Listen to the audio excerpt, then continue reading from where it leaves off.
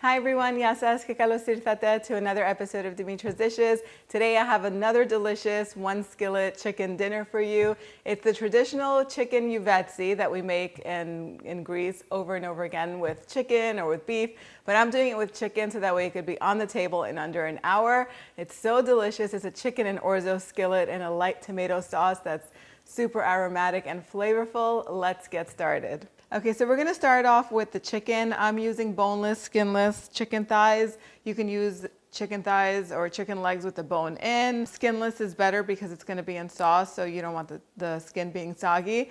Originally, I wrote the recipe for 2 pounds, and that's what I'm gonna go with, except I'm gonna marinate all this chicken, which is 4 pounds because it was all packaged together in a bag in the freezer, but that's another long story. And I'll use as much of it as can fit in the pan later on, which is what I always do, and then I end up usually regretting it.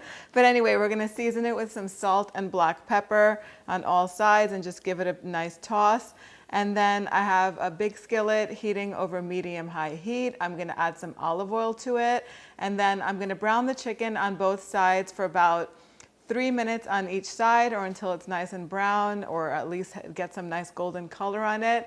Then I'm gonna lift it out and transfer it into a plate. And I'm gonna do this in a few batches because if you were to put all of the chicken in at once, it's not gonna brown. It'll just start releasing water, so don't do that. And do line your stovetop with some foil so that way you don't end up having to spend 30 minutes cleaning it afterwards. Next, while the chicken is browning, I have 1 onion. I'm just gonna go ahead and finely chop it and set it aside. As soon as the chicken comes out of the pan, I'm gonna turn the heat off because the oil is gonna be super hot at this point. And as a matter of fact, by the time the final batch of chicken is cooking, when I've turned it to the final side, I usually turn the heat off and just let it cook in the heat that's inside the pan so that way the oil doesn't burn.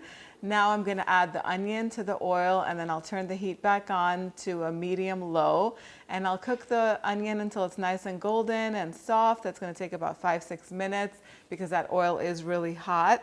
Next, I have 4 garlic cloves that I've grated. I'm gonna add those to the pan, and I'm just gonna warm them through for a few seconds.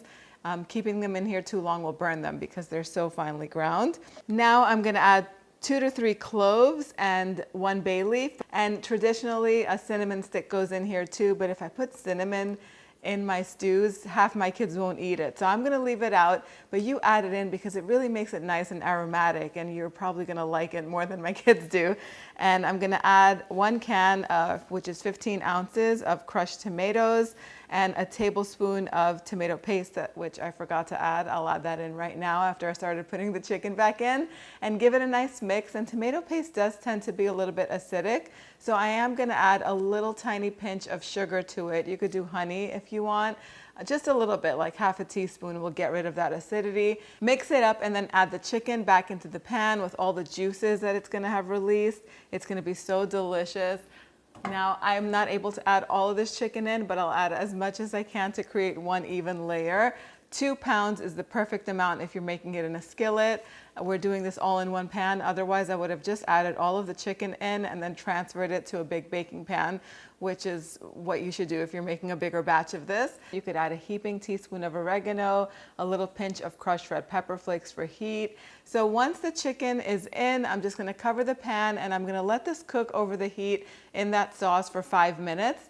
Then I'm gonna add 2 cups of uncooked Orzo pasta to this, and a little bit of salt, about 1.5 teaspoons of salt for the pasta. And in a saucepan on the side, I had 4 cups of chicken broth warming up. You can use water instead. Just make sure it's really, really hot, like steaming hot, so that way everything continues cooking. Go ahead and add that to the pot. It might seem like a lot of liquid, but the pasta is really gonna drink it all up, and you want there to be some sauce at the end of this. So once it comes to a boil, then you're gonna reduce the heat to a low, so that way it can simmer.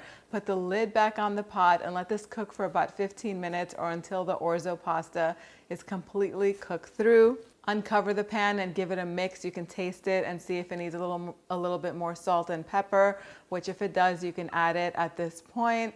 And then what I like to do is turn the broiler element in my oven on high and just stick this under the broiler for a few minutes so it can get some beautiful color on it, like traditional Youvetsi usually gets in the oven. And then I like to top this with some cheese. I have some shredded Parmesan cheese. You can use Kefalograviera. Then you can just serve this with some feta cheese on the side, some olives, and just a sprinkling of finely chopped parsley, and it's ready to serve. So it turned out that everything fit in this pan, thankfully. I sometimes go crazy. I could have even added the other two or three pieces of chicken. I was just afraid that everything would kind of be too full to mix. But anyway, once it comes out of the oven, even once it goes under the broiler, it's still gonna look like there's a lot of broth in there, a lot of liquid, and you're gonna be amazed. After 30 minutes, it's all gonna be gone and there's just gonna be a tiny bit left. You need a little bit of sauce in it, otherwise it's gonna be kind of dry. And you could even add a little bit more hot chicken broth later on if you're serving it later on in the evening or later on in the day and you want a little more sauce in it. That's a little trick. So I garnished mine with just some fresh parsley and some Parmesan cheese. It smells amazing. Time for the taste test. And before you serve it, if you can find the little cloves and the bay leaves and just pick them out so nobody bites into them.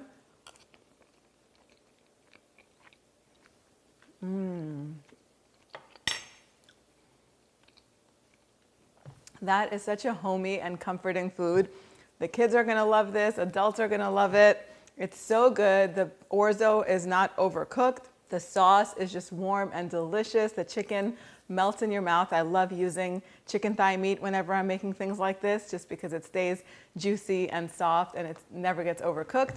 The exact measurements are on the website, dimitrasdishes.com. Let me know what you guys think. If you have any recipe requests, post them down below. Thank you so much for spending time with me today. I'll see you all next time. Yes, us.